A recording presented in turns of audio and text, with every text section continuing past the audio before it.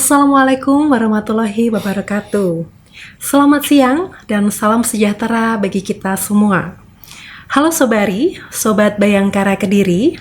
Selamat datang di podcast Rumah Sakit Bayangkara Kediri, tempat berbagi informasi seputar kesehatan yang pastinya bermanfaat untuk Sobari dan keluarga.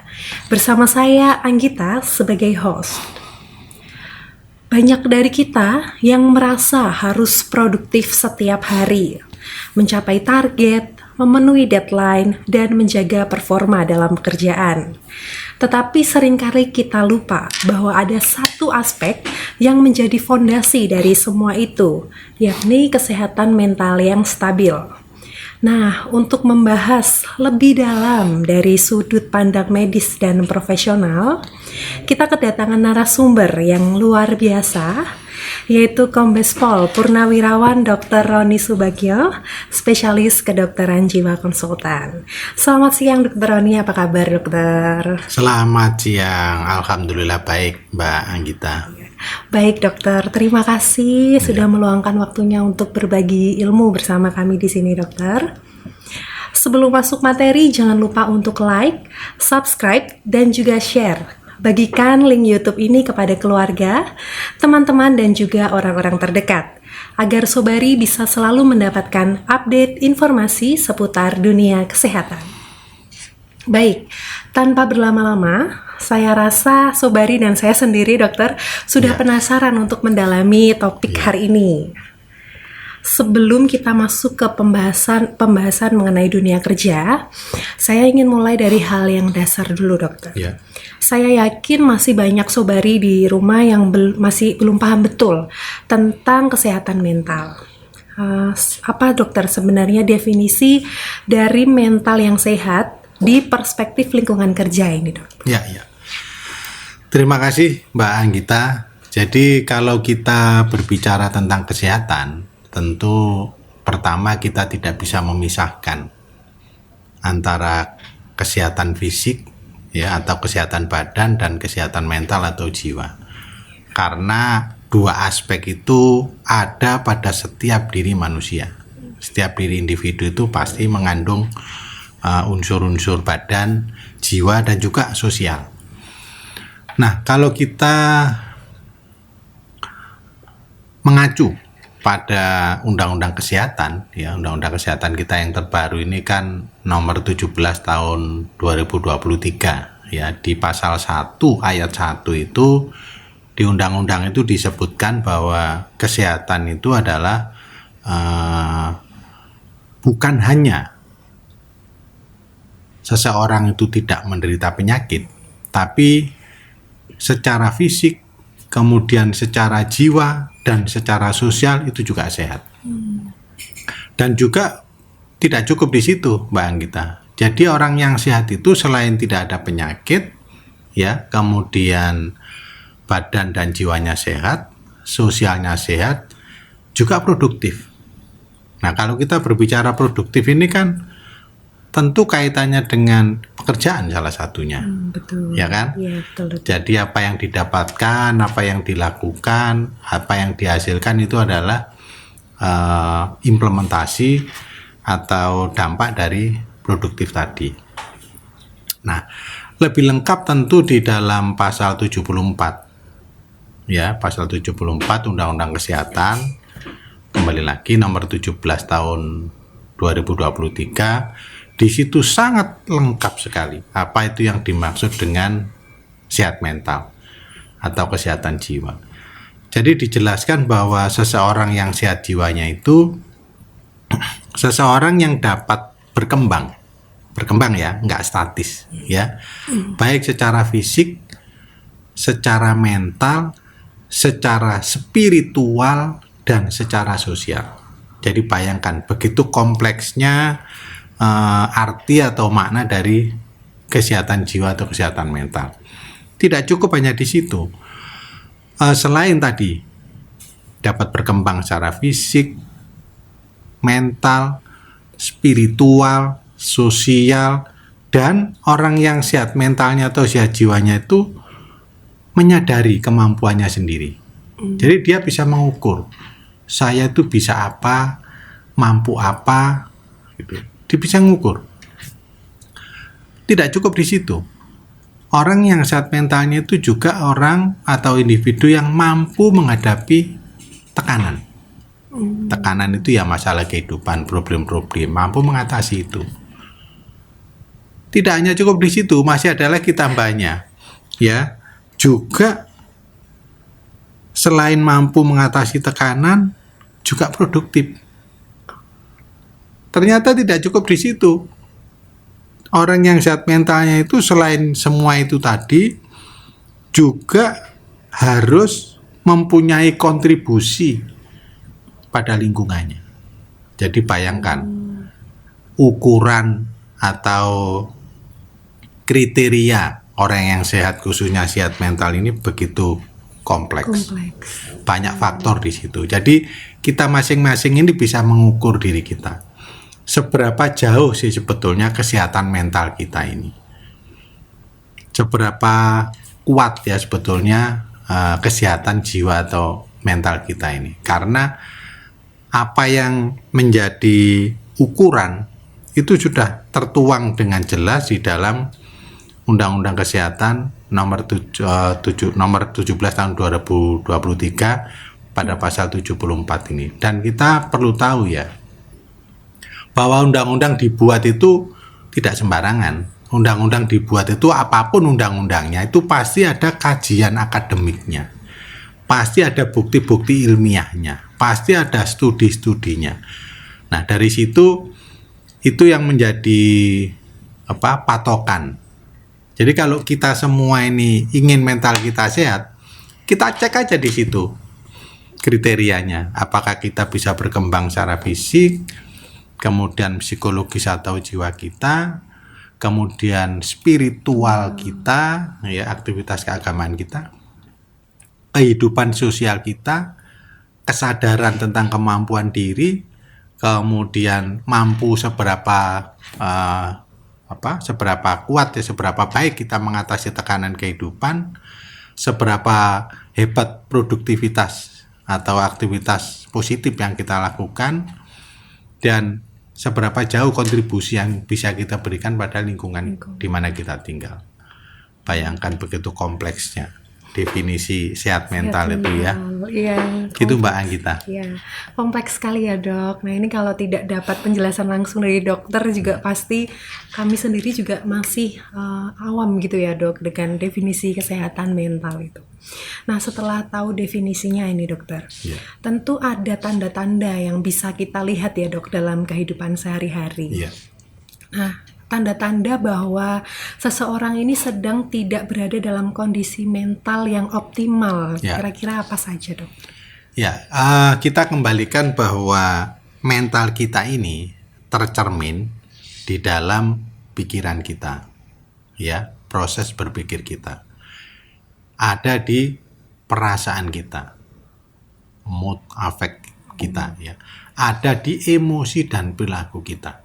Jadi sebetulnya mudah sekali untuk melihat apakah kondisi mental seseorang ini sedang baik-baik saja atau sedang tidak baik-baik saja.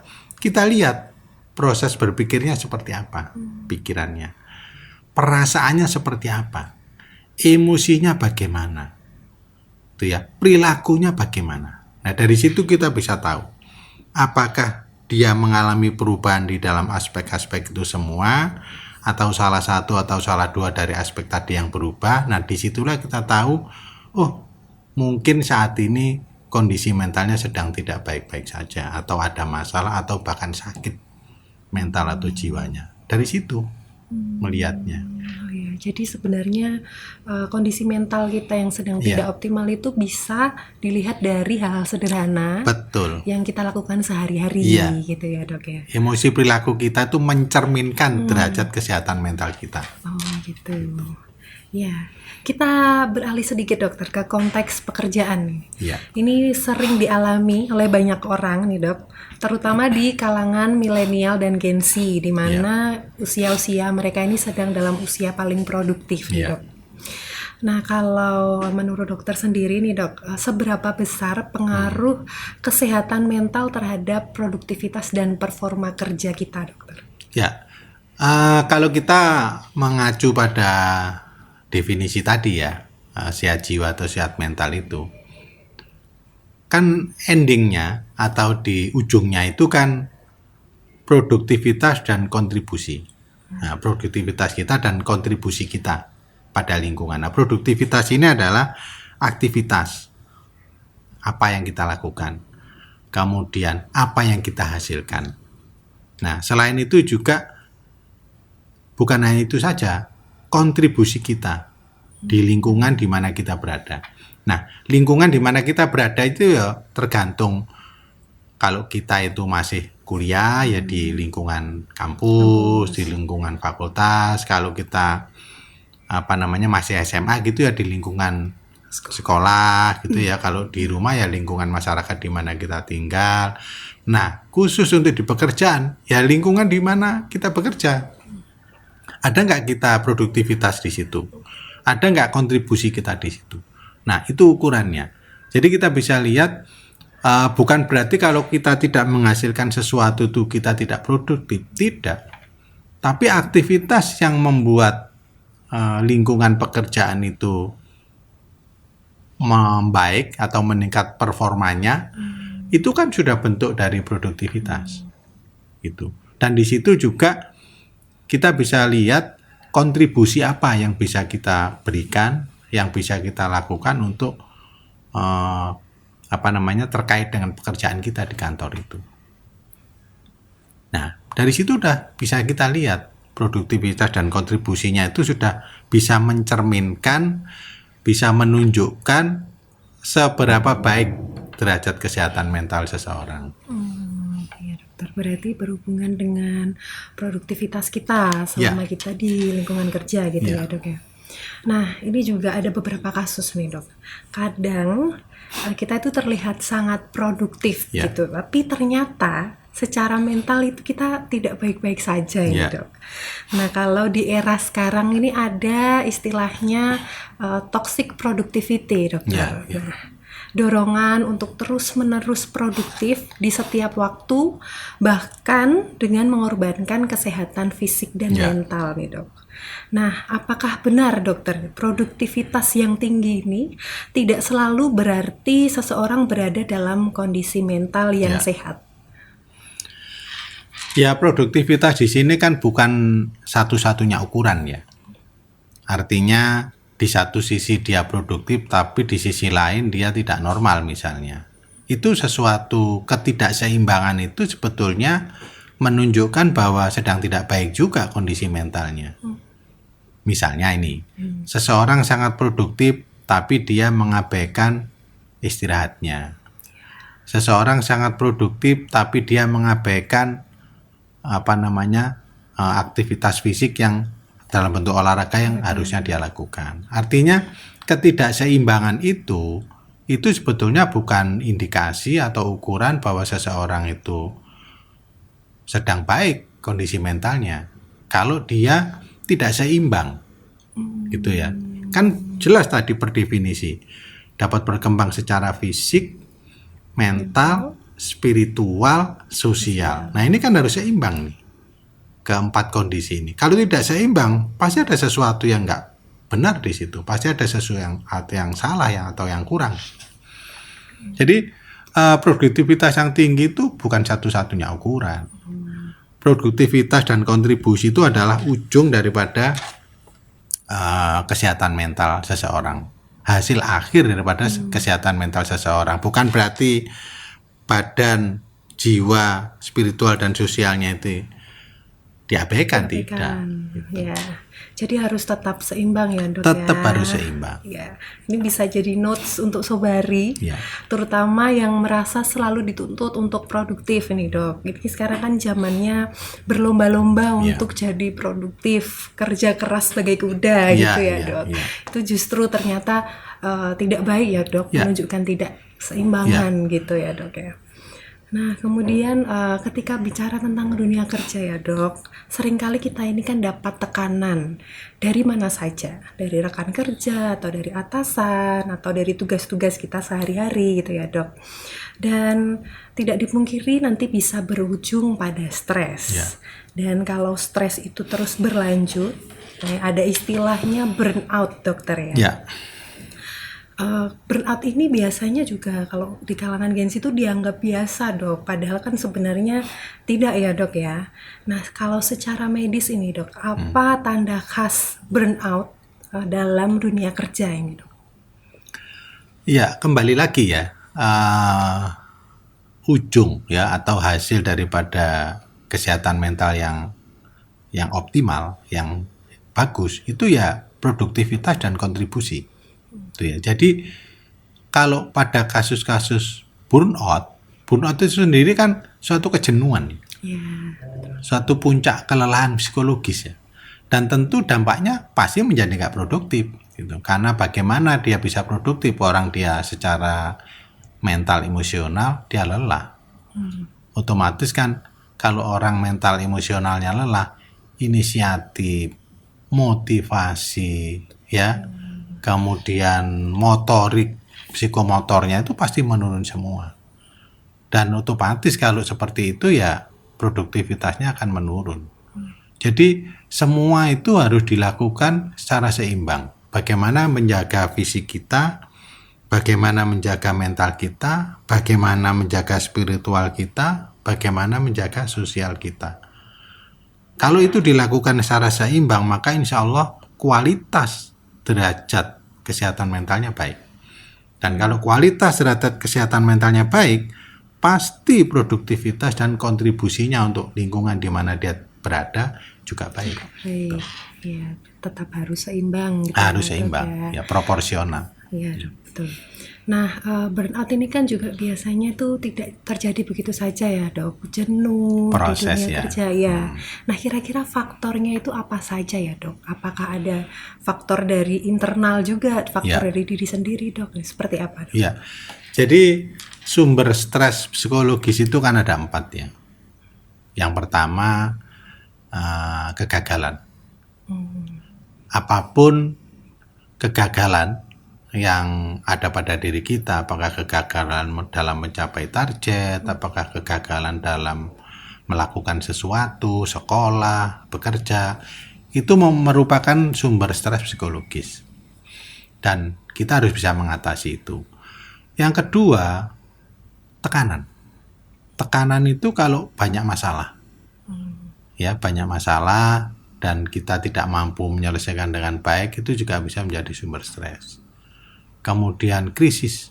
Krisis itu suatu peristiwa mendadak, peristiwa besar mendadak, dan itu bisa mengganggu keseimbangan badan dan jiwa seseorang. Itu juga merupakan sumber stres. Ya, jadi kemudian yang berikutnya adalah konflik.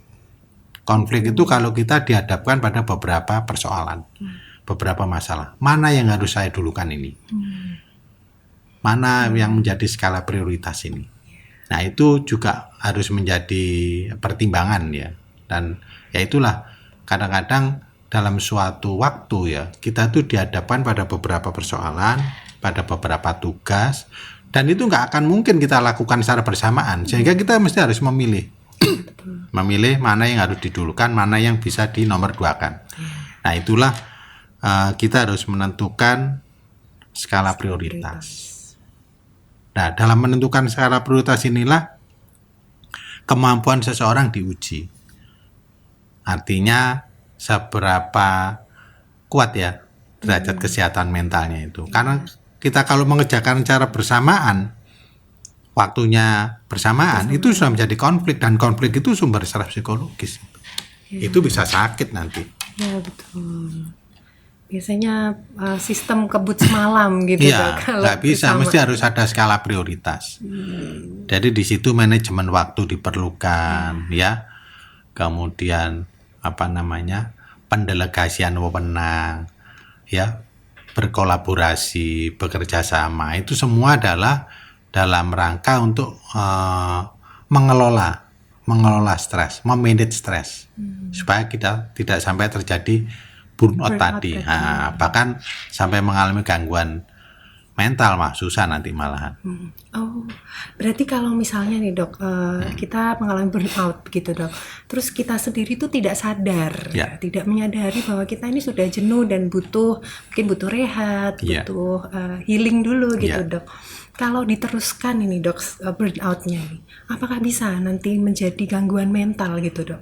Ya burnout sendiri kan sudah indikasi, sudah sign, sudah tanda Ya, mau mengarah ke gangguan mental. Bahkan itu sendiri sudah menjadi bagian dari gangguan mental itu sendiri, burnout itu.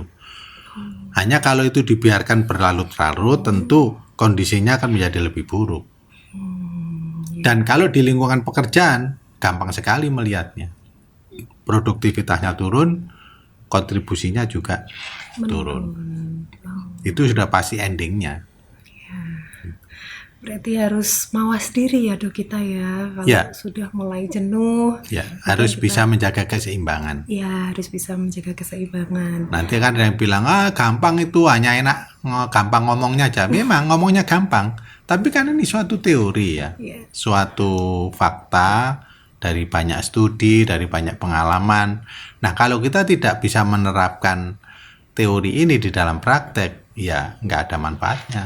Iya. Tetap harus pintar-pintar ya kita ya dok ya dalam menyikapi gitu Iya. keadaan kita saat ini. Nah, setelah tahu resikonya ya dok, ternyata burnout itu resikonya sampai bisa gangguan mental. Iya. Ya. Kita tentu ingin tahu nih dok, terus gimana cara kita untuk mengantisipasi atau meredakan dari burnout itu sendiri? Kira-kira teknik atau strategi apa nih dok yang bisa kita masing-masing individu lakukan Ya. untuk menjaga kesehatan mental agar bisa meningkatkan produktivitas yang sehat dok? Ya, terima kasih Mbak Anggita. Jadi kita ini kan manusia yang penuh keterbatasan. Kemampuan fisik kita pasti ada batasnya. Ya. Iya. Waktu yang kita punyai juga ada batasnya. Termasuk kemampuan intelektual kita juga ada batasnya. Tidak mungkin seorang individu atau seorang manusia itu bisa menyelesaikan semua pekerjaannya tanpa bantuan orang lain. Nggak mungkin. Ya, kalau dia ingin derajat kesehatan mentalnya baik. Kalau dia ingin produktivitasnya baik. Kalau dia ingin punya kontribusi di lingkungannya dengan baik. Pasti membutuhkan orang lain. Pasti harus bisa memanajemen waktu yang melibatkan urusan dirinya. Dan juga bisa menetapkan skala prioritas.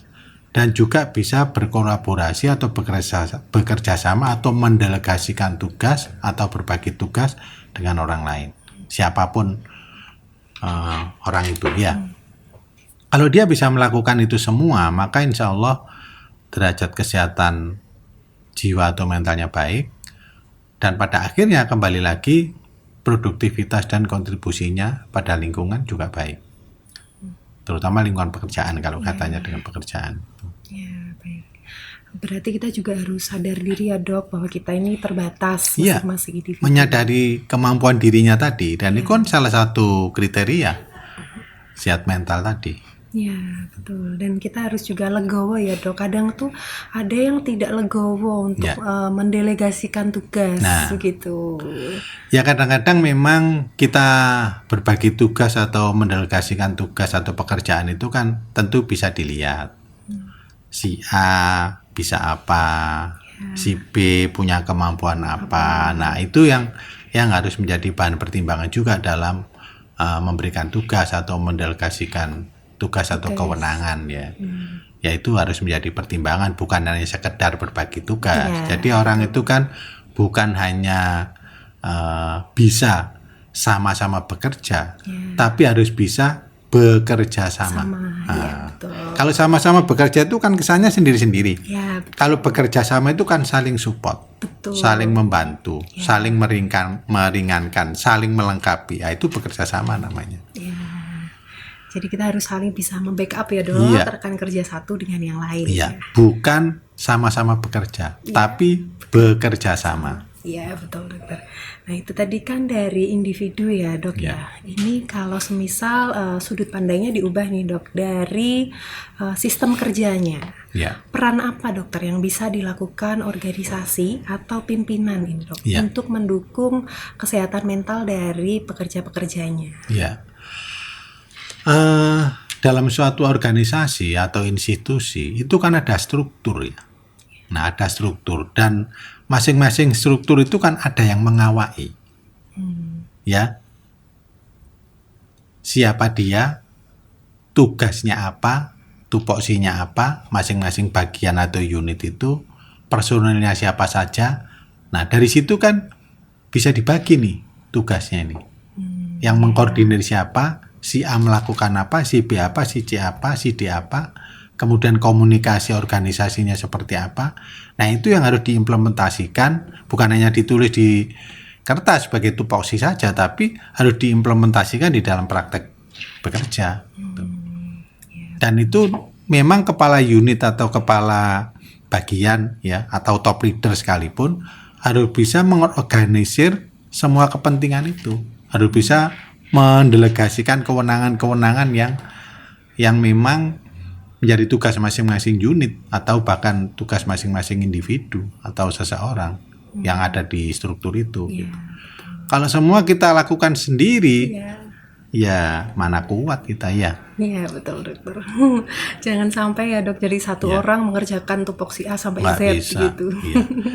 Nanti akan cepat burn out. Burn out ya. Kalau burn out, kalau tidak dikelola sakit nanti. Iya, gitu. Jadi harus mawas juga baik Iya. dari individu maupun dari pimpinan sendiri ya dokter. Baik, terima kasih dokter, sangat informatif sekali. Dan kemudian kita lanjutkan dok.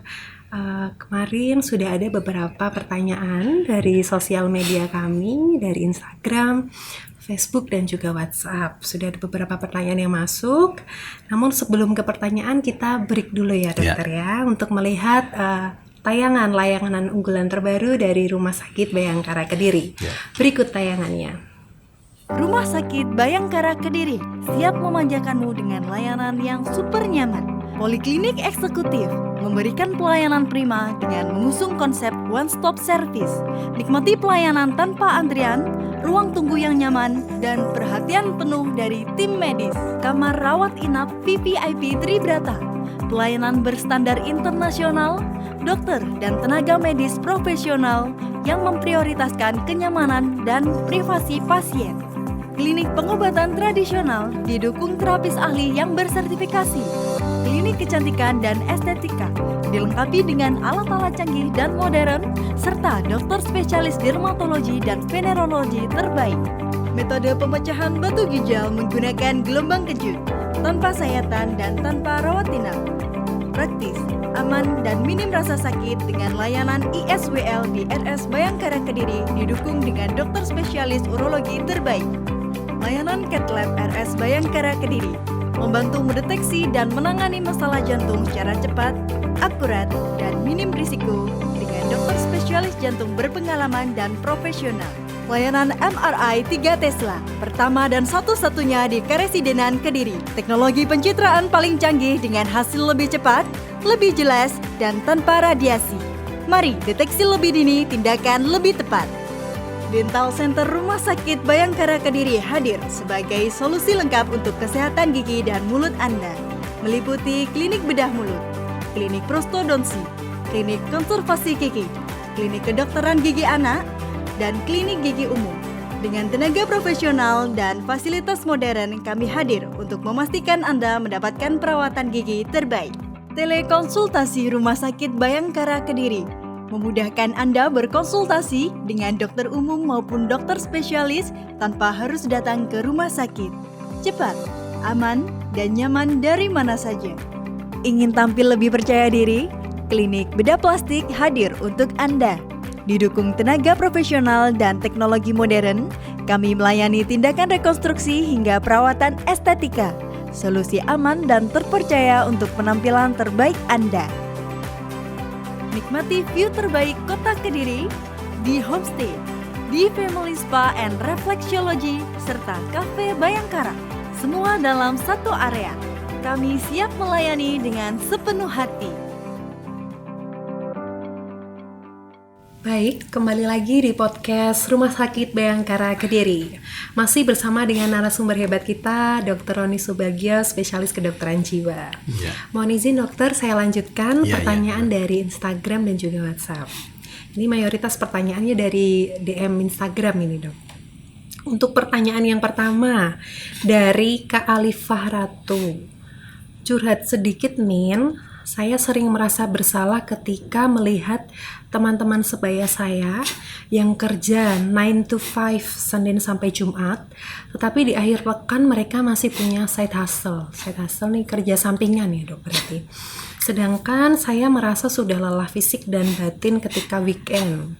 Saya sering merasa bersalah dengan diri saya sendiri karena saya hanya rebahan atau hanya scroll sosmed di akhir pekan. Rasa bersalah saya ini wajar atau toksik ya dok? Ya, terima kasih. Jadi semua itu harus di-manage ya. Nggak bisa misalnya begini, kita kerja ini 5 hari, udah pokok mati-matian 5 hari ini ya, 2 hari kita libur, nggak bisa. Nanti begitu libur kita nggak bisa menikmati apa-apa. Jadi day to day itu kita tetap harus menjaga keseimbangan itu. Ya. Nah, begitu nanti weekend, hari libur, itu kita nggak kehilangan energi, kita nggak kehilangan semangat. Jadi jangan sampai 1-5 hari ini kita maksimalkan, tapi di 2 hari berikutnya kita nggak bisa apa-apa. Nah, terus untuk apa yang 2 hari ini? Jadi harusnya 1-5 hari di saat kita bekerja itu tetap harus equal, harus seimbang, memanage pekerjaan itu, mengatur waktu, mengelola stres, itu tetap harus seimbang agar yang 2 hari ini kita bisa menikmati gitu. Ya mau rekreasi atau ketemu silaturahmi dengan saudara, dengan teman, itu ya kita nikmat aja, nggak merasa capek di situ. Tapi kalau 5 hari ini kita fullkan pagi sampai malam terus, misalnya begitu ya, tugasnya banyak kita kejar sampai selesai 5 hari, kita nggak menggunakan skala prioritas misalnya. Yang 2 hari ini kita ya itu tadi, tiduran sama scroll WA aja. Jadi mesti harus dikelola dari awal. Tetap harus seimbang. Ya, tetap harus dikelola ya dok. Kan biasanya mikirnya tuh biar waktu weekend longgar kita Betul, mampatkan gitu. betul. Ya, Tapi kita nanti di 2 hari itu kita nggak bisa apa-apa kan ya, sama aja rugi malahan gitu ya. Hanya kita mau menghilangkan kelelahan sambil tiduran aja kan sayang ya. Ya, sayang waktunya ya dok ya. Betul. Baik dokter, selanjutnya nih pertanyaan kedua dari Kak Daniel Budianto. Dokter, saya merasa kemampuan fokus saya menurun. Saya sering terdistraksi dan akhirnya pekerjaan jadi menumpuk. Adakah teknik sederhana yang bisa membantu meningkatkan konsentrasi di jam kerja, dokter? Iya. Jadi kemampuan fokus kita, kemampuan konsentrasi kita itu ada batasnya. Misalnya kita dalam 1 hari itu katakanlah bekerja 8 jam ya, secara umum ya. Ada yang kurang, ada yang lebih. Tapi 8 jam itu kan kita nggak mungkin efektif 8 jam. Pasti yang efektif kurang lebih ya 6 jaman lah ya. Nah, di antara itu kan ada waktu jeda. Nah, harus ada waktu-waktu setelah kita 2 jam fokus ya. Kalau di Amerika kan mengemudi itu 2 jam harus sudah istirahat. Artinya setelah 2 jam itu sebetulnya kemampuan konsentrasi, fokus, refleks itu sebetulnya sudah menurun. Nah, disitulah waktunya istirahat. Nah, dalam istirahat ini ya kita melakukan aktivitas lain yang ringan-ringan yang bisa memulihkan kemampuan konsentrasi kita. Gak bisa kita ngadepi misalnya pekerjaan kita di depan komputer ya. 4 jam kita begini terus. Nanti tidak efektif setelah 2 jam itu. Sama kalau orang membaca ini kalau sudah setengah jam ya harus mengalihkan sebentar ke aktivitas lain, mungkin melihat yang lain atau melakukan aktivitas lain sehingga itu akan bisa merefresh kembali untuk melakukan fokus tadi, konsentrasi tadi. Berarti sangat fine ya, sangat oke Iya. ya kita ambil break dulu di sela-sela waktu Iya. pekerjaan kita ya dokter ya. Iya. Tapi breaknya jangan buka WA ya. Nanti breaknya buka WA bisa lebih lama breaknya daripada kerjanya, konsentrasinya ya. Fokusnya jadi teralihkan ya nanti Nah dokter ya. itu. Yang penting mengalihkan perhatian, mungkin 5-10 menit begitu ya. Kemudian kembali lagi ke fokus pekerjaan itu. Ya, mungkin stretching kecil. Ya boleh. Dok, Ya kadang-kadang kalau duduk terus itu kan ketegangan otot di bagian tubuh tertentu itu kan menjadi kurang nyaman ya. Nah itu kan kita bisa berdiri, mungkin stretching yang ringan begitu supaya kita lebih fresh lagi. Ya, supaya bisa konsen lagi Ya. gitu ya dok. Oke, selanjutnya dokter, pertanyaan selanjutnya dari Kak Alfian. Dok, bagaimana kita membedakan antara sekedar jenuh bekerja dan gangguan kecemasan? Karena akhir-akhir ini saya sering merasa cemas. Ya kembali lagi kan, kalau produktivitas kita itu menurun, ya itu berarti ada sesuatu. Artinya kalau sesuatu itu menurun tidak seperti waktu-waktu sebelumnya, hari-hari sebelumnya, ya kita mesti harus introspeksi, harus koreksi. Ada apa ini kok saya jadi menurun ya?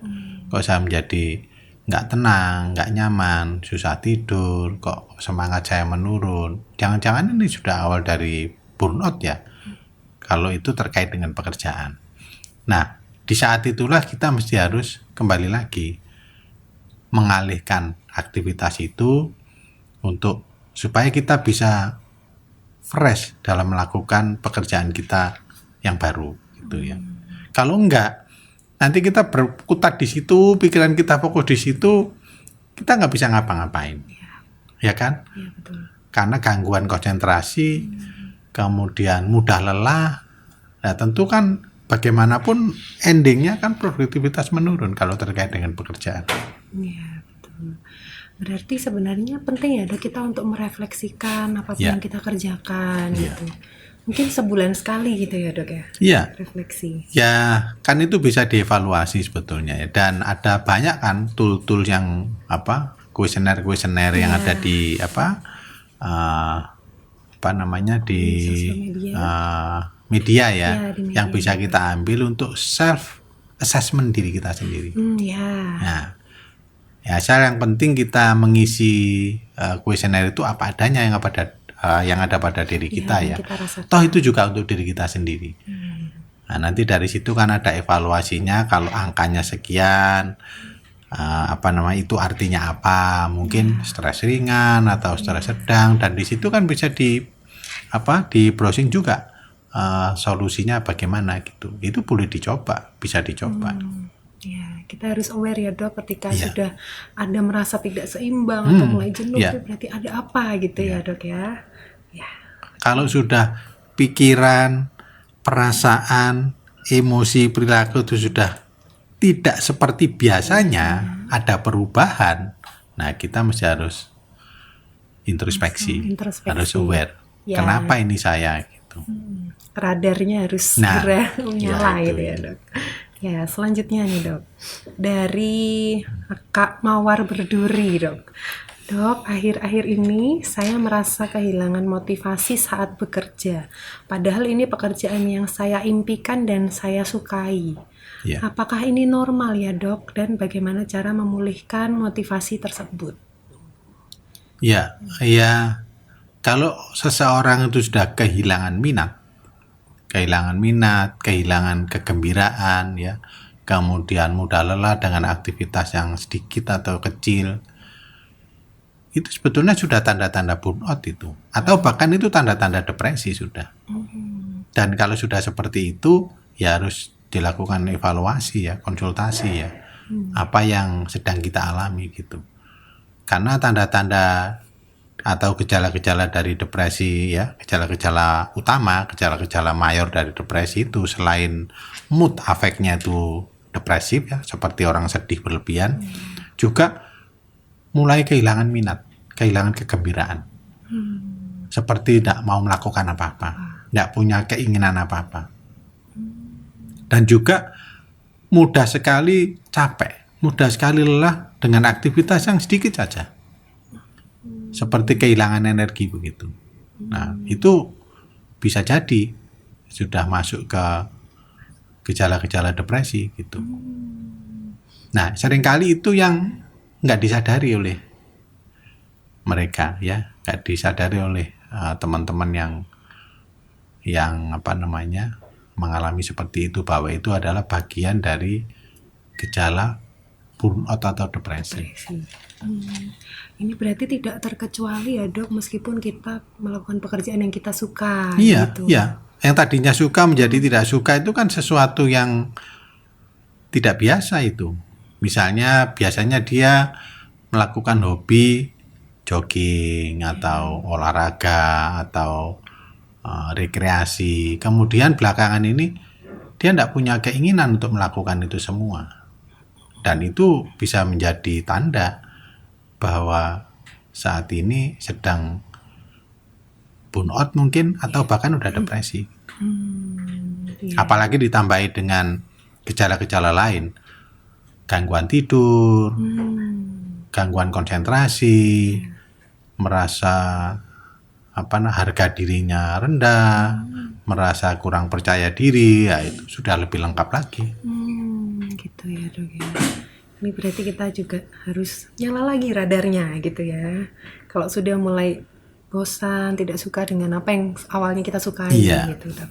Iya. Selanjutnya nih dok, pertanyaan dari Kak Dona Indrawati. Ini pertanyaan terakhir dokter. Dok, sebagai orang yang gampang merasa sungkan, susah ini. Saya sulit menolak permintaan bantuan rekan kerja. Akibatnya beban kerja saya ini sering berlebih. Nah ini gimana caranya dok? Saya untuk belajar menetapkan batasan tanpa menimbulkan konflik. Jadi kita jangan mengorbankan diri kita untuk kepentingan orang lain. Jangan mengorbankan ya. Bukan berarti kita tidak mau bekerja sama. Bukan berarti kita tidak mau menolong. Nah, menolong dan bekerja sama itu tentu ada batasan-batasannya. Ya. Jadi jangan sampai kita mengorbankan diri kita itu semata-mata untuk menyenangkan orang lain. Semata-mata itu ya, jangan. Ya, kita mesti harus bekerja sama, berkolaborasi itu yang sama-sama nyaman. Gitu ya, sama-sama menguntungkan. I am okay, you are okay. Ya, jadi jangan sampai I am not okay, you are okay. Jangan, itu tidak seimbang namanya. Nah, itu yang kita kadang-kadang harus tidak permisif yang seperti itu. Jadi kita mesti harus asertif, harus tegas gitu ya. Aku naik gak iso, harus bisa seperti itu alasannya gitu ya. Saya bisa bantu ini, tapi yang ini gak iso aku.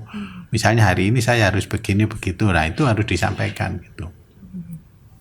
Saya kira gitu ya. Iya dok. Ini termasuk yang teorinya mudah. Iya, prakteknya aneh, ya sulit. Tapi ya itu tadi kan dalam suatu saat itu kita mesti harus bisa menyikapi secara bijak. Kadang-kadang memang kita harus sedikit mengalah untuk kebaikan bersama. Kadang-kadang, tapi tidak selalu begitu. Ya, tidak terus-menerus ya dok. Ya. Baik, terima kasih dokter atas penjelasan yang diberikan ya dok ya. Ternyata topik hari ini benar-benar menarik dan relate dengan apa yang terjadi di masyarakat ya dok. Sangat informatif dan bermanfaat sekali agar saya dan Sobari juga bisa waspada dan juga bisa mawas diri ya untuk diri sendiri maupun untuk keluarga yang kita sayangi. Sebelum diakhiri dokter, mungkin ada pesan penutup dokter untuk teman-teman Sobari yang menonton? Ya. Terima kasih Mbak Anggita. Kembali saya ingin sampaikan bahwa derajat kesehatan mental kita itu akan mempengaruhi produktivitas dan kontribusi kita pada lingkungan di mana kita berada. Dan kesehatan mental ini tidak hanya melibatkan aspek mental saja, tapi sebetulnya aspek fisik, spiritual, dan sosial itu terlibat di dalamnya. Artinya semua itu perlu mendapatkan sentuhan atau intervensi ya, supaya kesehatan mental kita terjaga. Nah, kalau kita mengacu pada kriteria Badan Kesehatan Dunia atau WHO tentang sehat mental itu kan ada 8 kriteria ya, dan 8 kriteria ini tidak berdiri sendiri. Itu saling terkait, saling berhubungan satu sama lain. Nah, jadi kalau kita ingin menjaga kesehatan mental kita, kita harus selalu berusaha untuk menyesuaikan diri dimanapun kita berada, dengan siapapun kita bekerja sama, dengan siapapun kita berhadapan. Kita harus bisa menyesuaikan diri, dan menyesuaikan diri itu bukan hanya sekedar menyesuaikan diri saja, tapi bagaimana kita bisa membangun atau konstruktif di situ, memberikan nilai gitu ya. Selain itu, kita juga harus ada jiwa menolong ya, menolong dan saling menolong, saling memuaskan. Kalau kita bekerja sama itu kan saling menolong sebetulnya ya.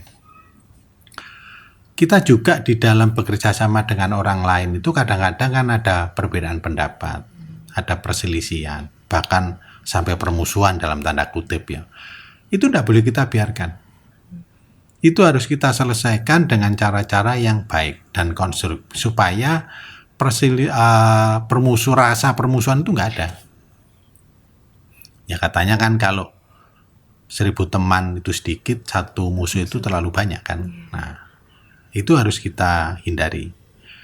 Dan orang yang sehat mentalnya itu harus selalu belajar dari pengalaman, selalu belajar dari kegagalan. Ya, kalau kita pernah melakukan sesuatu kemudian tidak berhasil atau gagal, ya jangan melakukan hal yang sama. Jadi itu yang akan bisa meningkatkan derajat kesehatan mental atau jiwa kita. Kemudian kita harus selalu berusaha memberi. Harus ada kepuasan kalau kita bisa memberikan sesuatu. Memberi itu tidak harus dalam materi ya. Nasihat itu juga memberi. Ya, kemudian meringankan beban orang lain itu juga memberi. Menasihati itu juga memberi. Dan ada kepuasan di situ. Nah, ada orang yang memberi tapi tidak puas itu ada juga. Tidak sehat pasti mentalnya itu ya. Jadi suka menolong, saling memuaskan, kemudian ada kepuasan kalau memberi, kalau ada pengalaman kekecewaan itu, kegagalan itu menjadi pelajaran ya. Kalau ada rasa permusuhan, perbedaan pendapat itu kita harus bisa menyesuaikan atau menyelesaikan dengan cara yang baik begitu ya. Dan jangan lupa yang paling penting supaya mental atau jiwa kita itu tetap terjaga kesehatannya, harus ada daya ya, kasih sayang pada orang lain. Karena dengan daya kasih sayang itu, dengan empati itu, apa yang saya sebutkan tadi itu akan bisa kita lakukan dengan baik, dengan senang hati, dengan ikhlas ya, dengan tulus, dan itu yang akan menyehatkan jiwa atau mental kita. Nah, jadi insya Allah kalau kita selalu berusaha melakukan yang 8 tadi itu yang tidak bisa terpisah-pisah, maka derajat kesehatan jiwa kita ini akan terjaga. Saya kira itu Mbak Anggita. Ya, baik, terima kasih dokter pesan penutupnya. Sebagai informasi penutup bagi para sobari yang mungkin ingin berkonsultasi langsung dengan Dr. Roni Subagio, bisa langsung datang di Polipsikiatri Rumah Sakit Bayangkara Kediri. Untuk prakteknya, beliau praktek di Polipsikiatri pada hari Rabu, Kamis, dan Jumat, serta di Poli Eksekutif dengan reservasi. Terima kasih Dr. Roni, semoga podcast kali ini bermanfaat dan memberikan gambaran kepada kita semua tentang pentingnya kesehatan mental dalam produktivitas kerja.